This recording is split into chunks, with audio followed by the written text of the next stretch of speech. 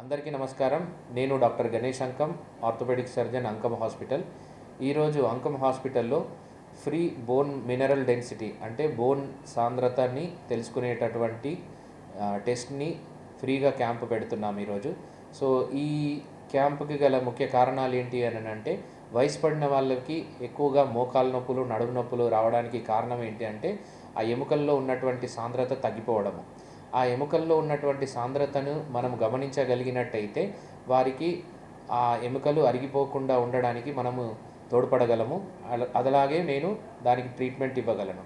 So ఇటువంటి అవకాశాన్ని మీరందరూ సద్వినియోగపరుచుకున్నందుకు నాకెంతో ఆనందంగా ఉంది. మరొకసారి అందరికీ ధన్యవాదాలు.